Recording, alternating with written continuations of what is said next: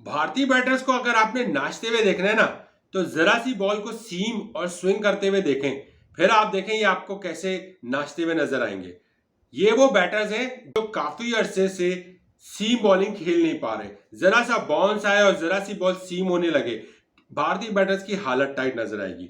आपने बांग्लादेश ने जब इनकी विकेटें गिराना शुरू की थी, तो आपने भी देखा था कि किस तरह की पूरी टीम कोलैप्स होते होते बची थी।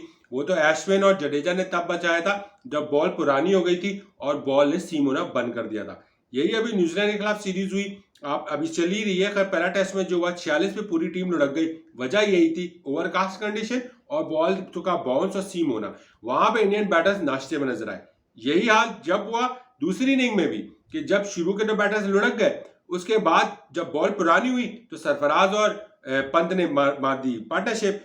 और जब नई बॉल आई तो वही सरफराज और वही पंत आउट हुए, और उसके बाद से नीचे का पूरा टॉप, नीचे का जो लोअर मिडल ऑर्डर और टेल एंडर्स है, यानी कि 7 खिलाड़ी सिर्फ और सिर्फ मेरे ख्याल से 59 रन पे या 58 रन पे आउट हो गए। सिर्फ 58 रन का इजाफा कर सके 7 खिलाड़ी। तो ये है टीम इंडिया का हाल। और टीम इंडिया इस वक्त इस मुसीबत में फंस गई है कि वो वर्ल्ड टेस्ट चैंपियनशिप का फाइनल क्वालिफाई करने की जो है ना, अभी एक ऐसी पोजीशन पे आ गई है कि शायद वो क्वालिफाई ना कर सके। क्योंकि अभी जो न्यूजीलैंड से हारे हैं ना, तो टीम इंडिया जो 72.5 के लगभग जो इनका पॉइंट्स था, वो नीचे लुढ़क के 68 पे आ गया है और बिल्कुल नियरेस्ट टू ऑस्ट्रेलिया हो गया, जो कि ऑस्ट्रेलिया 62 पे खड़ा है। 55 पे तीसरे पोजीशन पे खड़ा हुआ है श्रीलंका। न्यूजीलैंड फार अवे है 44-42 पॉइंट्स पे। लेकिन इंडिया के लिए मसला क्या आ रहा है? इंडिया को मैंने बोला ना, ये नाच रहे हैं ना, ये नाचने वाली सिचुएशन जो है ना, अभी अगले 2 टेस्ट मैच में तो चलो इंडिया के पास होम सीरीज है, तो इंडिया क्या करेगा कि ओवरकास्ट कंडीशन नहीं होगी डेफिनेटली। वहां तो बारिश थी, पुणे में बारिश नहीं है। यहाँ पे ये स्पिन ट्रैक बनाएंगे। वॉशिंगटन सुंदर को ये लेकर आ चुके हैं, ठीक है। पहले इनके पास स्पिनर से वॉशिंगटन सुंदर को लाने का मकसद है, पैनिक बटन दबा हुआ है।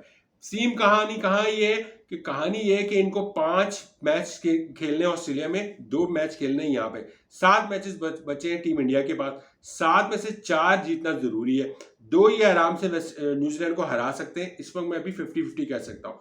बॉर्डर गवास्कर सीरीज माजी में अगर देखा जाए तो अरसे दराज से इंडिया जीतते ही चला आ रहा है। लेकिन अभी सिचुएशन कुछ ऐसी है कि अगर ये न्यूजीलैंड के और बांग्लादेश के बॉलर्स के सामने जब बॉल सीम हो रही है और थोड़ी सी बाउंस हो रही है, वहां ये लोग थोड़े से घबरा रहे हैं, तो फिर भैया वहां पे पैट कमिंस होगा, स्टार्क होगा, हेजलवुड होगा, इसको कैसे सामना करेंगे ये लोग?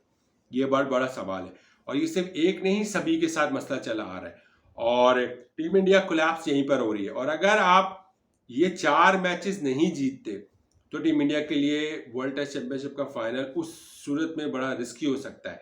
और अगर ये सीरीज इंडिया जीत जाता है तो पॉइंट्स टेबल पे तो डेफिनेटली ऊपर आएगा न्यूजीलैंड के खिलाफ। लेकिन अगर कोई एक मैच ड्रॉ होता है और सीरीज तीसरा टेस्ट मैच इंडिया जीतता है और सीरीज ड्रॉ होती है, तो टीम इंडिया की ना गले में फंस जाएगी कहानी। ये दोनों टेस्ट मैच का रिजल्ट टीम इंडिया को चाहिए और अपने हक में चाहिए, यानी कि इंडिया के अपने हक में चाहिए। इनमें से कोई भी है कि ऐसा रिजल्ट किसी एक टेस्ट मैच का ये निकलता है कि वो ड्रॉ हो जाता है, तो इट मींस कि अगला टेस्ट मैच इंडिया को जीतना जरूरी है। और अगर इंडिया वो जीतता भी है तो भी वो ये सीरीज ड्रॉ होगी, इंडिया जीतेगा नहीं।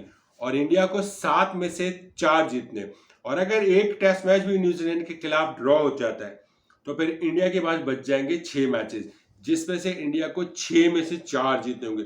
4 से मतलब ये कि 5 टेस्ट मैच की सीरीज जो ऑस्ट्रेलिया में होनी है, वहां पे इंडिया को वो 3-2 से जीतनी होगी। अदरवाइज टीम इंडिया के लिए फाइनल में थोड़ी सी मुसीबत आ सकती है, क्योंकि अभी श्रीलंका के पास भी मैचेस पड़े हैं और श्रीलंका को भी जीतना जरूरी है। श्रीलंका को मेरे ख्याल से 5 में से 4 जीतना, और श्रीलंका के पास होम एडवांटेज का फायदा है, तो श्रीलंका उसको अवेल कर सकता है।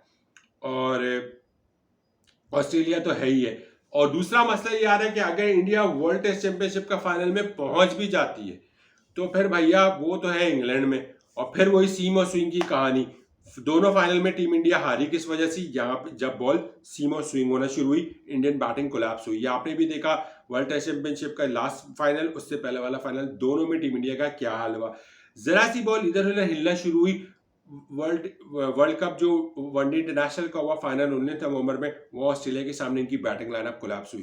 तो टीम इंडिया कहीं ना कहीं फंस रही है इस चीज पे। अगर इस चीज को टीम इंडिया ने नहीं सही सेटल डाउन किया, ये कहानी कहना, देखिए हर टाइम आपको पिच वैसी नहीं मिलेगी जो आपने बांग्लादेश के खिलाफ सीरीज खेली, हर टाइम आपको वो पिच नहीं मिलेगी जो आपकी होम सीरीज की पिच होगी, क्योंकि टीम इंडिया को ये पता है कि ये 2 टेस्ट मैच के बाद टीम इंडिया ने होम सीरीज नहीं खेलनी इस वर्ल्ड टेस्ट चैंपियनशिप में। 5 के 5 मैचेस ऑस्ट्रेलिया में खेलने इसके इस 2 मैच के बाद, और उसके बाद फाइनल होना है। अब फाइनल पहुंचना इंडिया के लिए सरदर्द बन गया है, क्योंकि ये टेस्ट मैच जो 2 आ रहे हैं, इनमें से कोई एक भी ड्रॉ हो गया, मैं अभी तो जो जितना कॉन्फिडेंस आ रहा है ना, जो एरोगेंस है, वो तो नजर ही आ रहा है टीम इंडिया के लोगों का, जो है ना वो मर जाएगा अगर ये एक टेस्ट मैच भी ड्रॉ हो गया ना, तो टीम इंडिया के लिए बहुत मुश्किल हो जाएगी। तो टीम इंडिया पूरी कोशिश करेगा कि ऐसी ट्रैक बनाए कि जहां अश्विन हो जाए, जडेजा हो जाए, धड़ाधड़ आपको विकेटें लेते हुए दिखें। तो ऑल डिपेंड कि पिच कैसी बनती है। मेरे लिए सबसे बड़ा टेंशन ये है कि बॉस्कर गवास्कर सीरीज जो है, अगर ये बॉर्डर गवास्कर सीरीज जो है, अगर जरा सी भी बहुत सारे 5 के 5 टेस्ट मैच में ना बॉल सीम और स्विंग ज्यादा होती नजर आई ना, तो टीम इंडिया इस बार बॉर्डर गवास्कर सीरीज अपने नाम नहीं कर सकेगी, और ये इंडिया के लिए बहुत बड़ा सेटबैक होगा कि वर्ल्ड टेस्ट चैंपियनशिप के फाइनल में अगर इंडिया इस पोजीशन से फाइनल क्वालिफाई नहीं करता, तो इससे बड़ा सेटबैक कोई नहीं होगा। तो टीम इंडिया को अपने आप को क्वालिफाई कराने के लिए नाचना बंद करना होगा। इंडियन बैटर्स जो नाच रहे ना, जो इतने घबराए हुए दिखते हैं ना, आप जायसवाल को देख लें, आप रोहित शर्मा को देख लें, आप शुभमन गिल को देख लें, आप अपना विराट को तो मैं नहीं कहूंगा, विराट को देखना एक्सपीरियंस है ऑस्ट्रेलिया का, वो खेल लेगा। आप सरफराज को देख लें, आप केएल राहुल को देख लें, आप पंत को देख लें, इनमें से किसी के लिए इतना आसान नहीं होगा ऑस्ट्रेलिया में सीम और स्विंग खेलना। तो इंडिया अभी अफोर्ड नहीं कर सकता कि न्यूजीलैंड के खिलाफ अपने होम सीरीज में किसी तरह भी ऐसी कोई पिच हो जिसमें बॉल सीम और स्विंग होता हुआ नजर आ रहा हो। तो टीम इंडिया इस चीज को तो बिल्कुल भी जो है ना वो इस पोजीशन में नहीं है कि इसको बर्दाश्त कर पाए। लेकिन बॉर्डर गवास्कर सीरीज जो है ना, इंडिया के लिए थोड़ी सी गले की हड्डी बनेगी, और इससे बड़ा सेटबैक कोई नहीं होगा कि टीम इंडिया अगर वर्ल्ड टेस्ट चैंपियनशिप का फाइनल क्वालिफाई ना कर पाए।